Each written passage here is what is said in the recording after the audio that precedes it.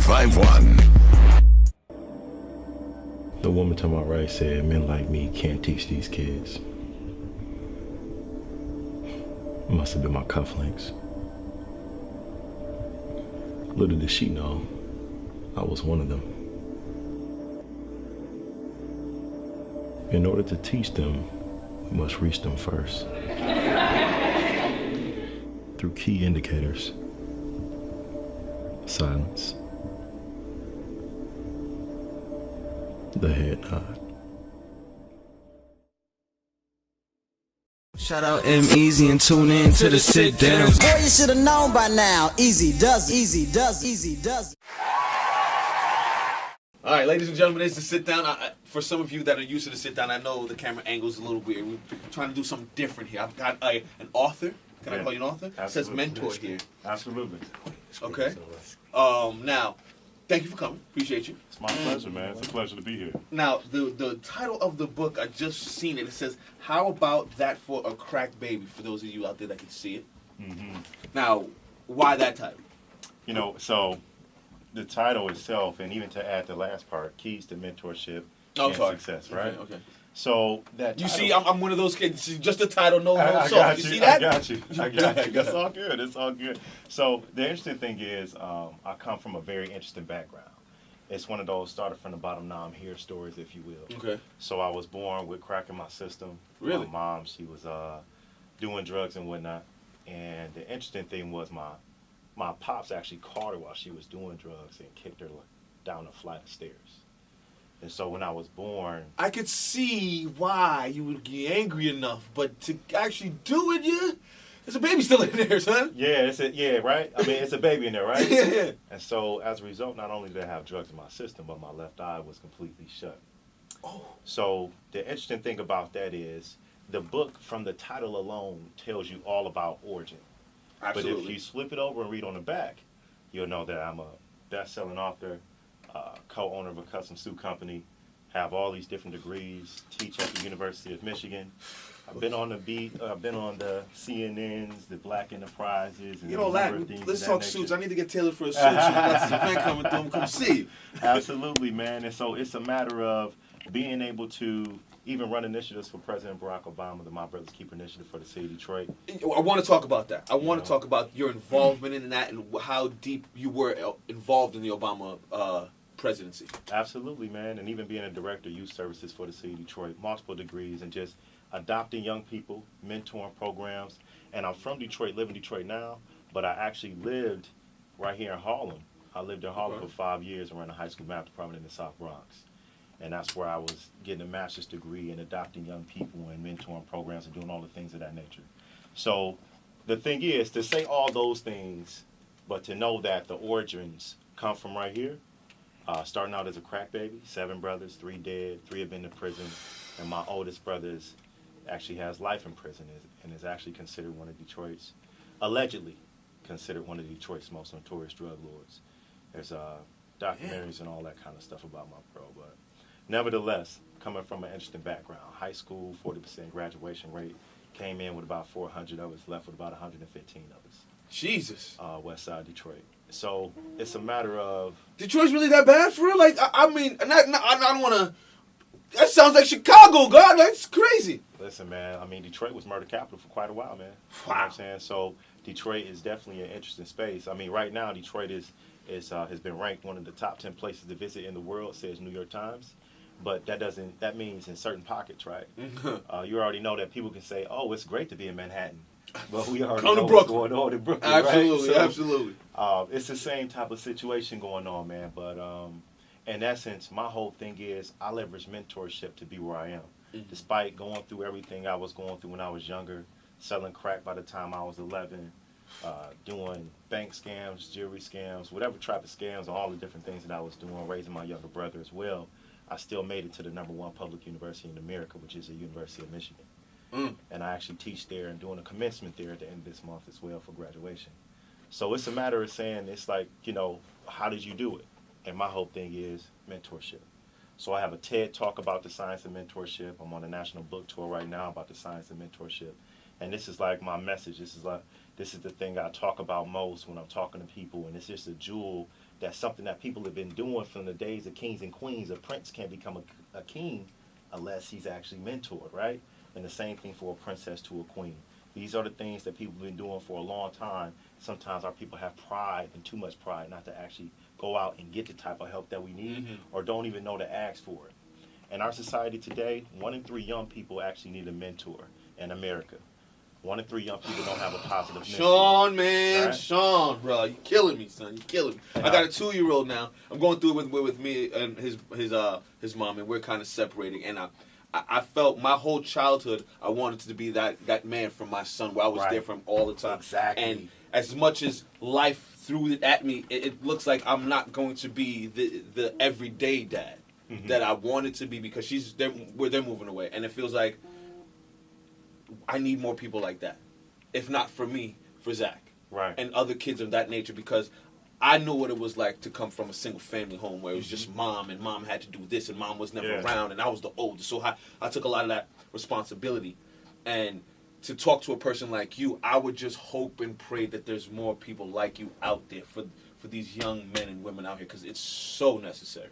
And I would say I'm one of them. You're one of them. Because this is the thing. Honestly, when I was a kid, I never met a guy like you that was at this amazing radio station that I could look at and say, wow, I want to be like him one day. Bro, your sweater is fly, bro. You got 3 gold zippers on it. That's dope. You know what I'm saying? Like, I wish I just knew people that were what I wanted to be. Yeah. And the last line of my book, it says, Can I have this? yeah, that's for you, bro. Yeah. I mean, you know what? And so, Start reading anyway. The last line of the book says, I never met a man like myself until I became myself. And that's Dope. a real statement. Dope. You know? Shawn T. Blanchard is in the building. Author, mentor, just all around great guy. This is the sit down. There's so much I want to unpack into everything you just said about. Let's just. How did you get into mentoring? What was the first leg into that step of your world? Great question, man. Great question. So when I was 15, at that point, my father had already died. One of my favorite brothers, he was a twin. They were both dead. One of them had just died in drug transaction. A couple weeks later, my pops had died. My oldest brother had just got shot by the police and went to prison too. And so it was a matter of You being realize in how high good school. life is when you talk to somebody. No, like it's. I haven't gone through half of that loss to even sit there and look at you. It's like, it's amazing. And man, God is good, man. Amen. And so it gets to a point where I was in high school. My grandma had died too. I was with my granddad, but he was more like my roommate. That was my dog. You know what I'm saying? So I didn't have rules. But the thing that really saved me, man, I had a younger brother who was 5 years younger than me. If I'm 15, he's 5. Well, he's 10. And so the thing was, I had to make rules for him because everybody else gone. So I had to play father, which automatically made me a mentor for my younger brother immediately. So ever since I was about 15, I had to take on the role of not just mentor, but father for my younger brother to make it happen. And ever since then, man, going to college, taking them with me, you know, being in big brothers, big sisters, and just tutoring and doing all these different things all throughout life, it really showed me what I really need to be doing with myself. I graduated with a degree in mathematics and economics from the University of Michigan. And I could have came here to New York. When I came to New York directly after Michigan, I could have came here and went to Wall Street. Why didn't you? Well, my whole thing was I wanted to go to a comparable environment like the one I grew up in. So I tried to teach at my old high school, but they didn't have any space for me. So I applied to programs that had different hoods around the country. And so when I came here to New York, I was in a New York City Teaching Fellows program. I remember the day a woman said, I asked a woman, I said, which one of these boroughs is the worst one to teach in right now? And she said, whatever you do, don't go to the Bronx. We got some really nice places for you right over here in Manhattan. And I said, you know what? Put me right there in the Bronx. That's what I want right there. God bless you. So that's how I got to the Bronx. And that's how that happened. And then I just continued to work, man, teaching. Got the math department to the top 5%. Started a mentoring program. Had all these boys ushering off into college, man, doing the thing. And adopted one of them. And then even took another one with me to Michigan.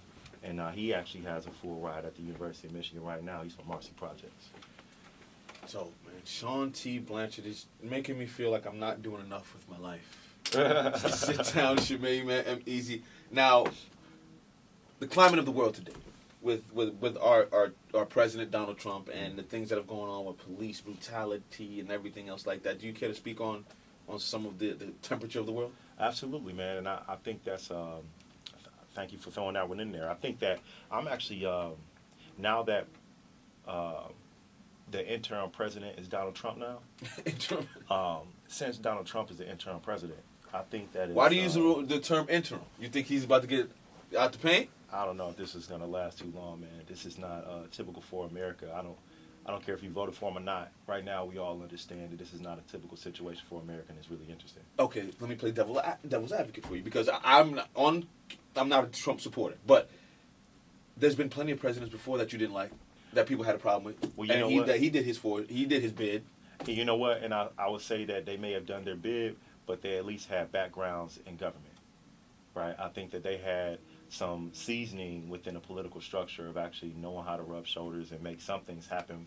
They had certain goals where they didn't have to have so many staffers assist them all the way. They didn't have so many Freudian slips where they would say so many things that were not just racist but sexist, but, you know, all these things of this nature. There's been no one in presidential history that's had a rap sheet like Donald Trump. But I say this, I'm so excited for his presidency, not for the things that are going to go on inside of the White House, but for everything that's going to go on outside of the White House. It's charging the batteries of a lot of people that need to act and make sure that they're doing things. I'm also excited, number two, I'm excited because this is a beautiful situation for our President Barack Obama. Think about the fact that President Barack Obama is wedged between George W. Bush, the second one, and Donald Trump. Yes. So let's highlight the fact that this president came in between these two men who are looked at as very interesting presidents, but it just magnifies how much of a great President Barack Obama was. So I'm excited about that. I'm excited about what's going on outside of the White House. And so that's that there. Also, it also makes me think about the fact that mentorship is at an all-time high. If we understand the climate of our country when we talk about police brutality, we talk about the prison system. I'm not sure if you've seen the 13th. Woo! You know what I'm saying? Yes, my God, absolutely, on Netflix, yes. Right, and you see that whole piece where it really talks about how slavery is still alive through the officer. And it goes to the point and just talks about how slavery wasn't necessarily taken away, it was transformed. Slavery still exists in the 13th Amendment because you can still be within chattel slavery as a criminal of law. So it still exists today. And with that said, the interesting thing is 1 in 3 young people don't have a positive mentor. So that means that 1 in 3 people need a positive mentor. It's also a statistic that says that 1 in 3 black men in their adult life will go to prison. So if we solve our mentoring issue, we can also solve this issue with these black men that are going to prison. So mentorship, again, is really big, and it can solve more problems in more ways than one. Again, he talks so well. Like there's so much I want to unpack, but you just keep. So like I would say to the Trump administration and the things of that nature, I'm one that I guess I could say I've been woke now. Mm-hmm. Like ever since the president has stepped into office, mm-hmm. I'm watching what I eat. I'm following different people on Instagram that are speaking of the history of the black man and the kings and how mm-hmm. history is changed, and you only hear it from the eye of the winner, not from the oppressor. Mm-hmm. Or the oppressed, excuse me. And I fall into one of those categories where before that we had Barack for 8 years. Everything was cool. Yeah. Now with him, it's actually made me realize shit's fucked up. So it's making me open my eyes to certain things like fruits and vegetables and the meat we eat and everything like that. And I told you I have a 2-year-old, so all that is trickling down to him. So I'm making sure he doesn't fall into the same thing. I want his palate to be one of fruits and vegetables and not of beef and pork, because I see what it's doing to everyone else. Right. So it's an amazing thing that through this abomination of a president, it's going to, I guess, hatch a generation of different thinkers and people that want to be healthy and right. Yeah, and I think that it's sparking a lot even within a political structure. You see brothers like my man Joel Jones. He's the youngest person to win a state representative seat in the state of Michigan. Wow. My man is 21 right now, and he's doing his thing. And I'm excited because there's a lot of people that are even younger than in times past that are running for political positions because we see that the time is right now to put ourselves in position. And so, and I, you know, a lot of people, I had somebody ask me this question, this was interesting. They said, you know what, if interim President Donald Trump offered you a position in his administration, would you take it? And I say, you know what, depending upon what it is, but if it would fit, I'll take it. And I say, why would you do that? Because it's not enough of us in position. There's no faces in those rooms that are being targeted. So, like, for the women, the gays, the LGBT, the Hispanics, the blacks, when you look into those rooms that make those decisions, it's none of those faces in that room. Right, yeah. And the thing is, you know, it's honestly, it's like this, man. At the end of the day, there's no perfect human, but there's a lot of good humans, though, right? So I think that I heard President Bill Clinton, I was at a meeting about 2 years ago, and he was speaking, and he said, no, there was a gentleman that was introducing him, John Hope Bryant, and he said, you know what, most politicians are 75% politician and 25% good human. And he said, you know, Bill Clinton is 25% politician, 75% good human. And he said that, and that was his breakdown, and I'll let that rest. But he said that, and when he said that, it was just like, wow. I mean, you have to be able to play the game. We have to be able to understand the game to be able to change the system that we want. So I remember if anybody knows me, a lot of people know that I left here to go back to Detroit to go to law school, and also I wanted to get into politics. And so my whole thing was I can't wait to get into politics. I want to change the game one day and be the mayor of Detroit. Mayor of Detroit is coming in the future, sometime in the future. We'll get that later on. But I wanted it earlier because I wanted to make the change. While being a director in the mayor's cabinet, what I noticed was I would be in meetings and I would see the mayor of Detroit, and I would also see the richest man in Michigan, Dan Gilbert, owner of the Cleveland Cavaliers, Quicken Loans, #1 mortgage company in America. And so being in those meetings, I would really see, well, the man with the power is the man with the money. I would say, look, wait a minute, this guy's running them up, doing what he wants to do with the city, doing some good with it now, right? Doing some good with it, but just doing it his way. Now, I hate to cut you off. Flint. Oh, yeah. What's the situation out there like? Yeah, you know what? Oh, man, Flint is it's just like an hour and a half up the street. And it's, you know, the situation has not been cleared up. But a lot of people have stopped kind of talking about it for a minute, which was kind of crazy. And so, but the issue was that the issues didn't go anywhere. So still no water, still no clean water? You know what? Still no clean water, but this is very important, talking about the Obama administration. It recently came out that the EPA had, within the Trump administration, had gave $100 million to Flint. Where? The truth of the matter is that was something that was enacted from the Obama administration, and so now we have $100 million going to Flint that came from the Obama administration that was put into action when he was still in office. Okay, but he's just taking credit for it. And they put a lot of papers out there. He didn't say it out of his mouth, but there was a lot of papers that tried to say that, oh, the Trump administration has done this. That came from our President Barack Obama, just to be clear about that. And then the state of Michigan put up about $20 million. So Flint now has $120 million to actually fix the issue with the water. Is that enough? You know what? I'm not sure if it's enough, man. You know, I just know it's a good start. Listen, I'm Haitian. I come from Haitian descent, and I know what it looks like in a third world country with the tinfoil houses and huts and things like that. And for a place in the United States not to have clean drinking and bathing water is asinine to the 100th degree. That there's no way we could fix that situation. There's got to be a way. Right. Yeah, and I think that I mean, there's a lot of people came to the rescue and giving waters, a lot of celebrities, a lot of independent people who are doing good things for just communities, who are helping out a lot. But we'll see some things changing over there with that money. But just know that it's been a lot of people whose lives have been affected because of it. It's kind of like, you know, it's a lot of guinea pigs that get taken advantage of. You got a whole generation of kids that have been drinking lead, right? And so what happens to these kids? What happens to them as they get older? We don't know yet, but we'll see it. That's crazy. I can sit and talk to you forever, bro. But I'll tell you what, this goes back again to mentorship, man. Like, people need to be exposed to people that they want to be like. And when people have less options, they have less life options. And so I saw earlier today, my man LeBron James, he has his campaign called #WeNeedMore. And it basically said that we need more physicians, therapists, educators, doctors, all these different types of people. A lot of people see him and think that, oh, they want to be this athlete or entertainer or whatever else within that realm.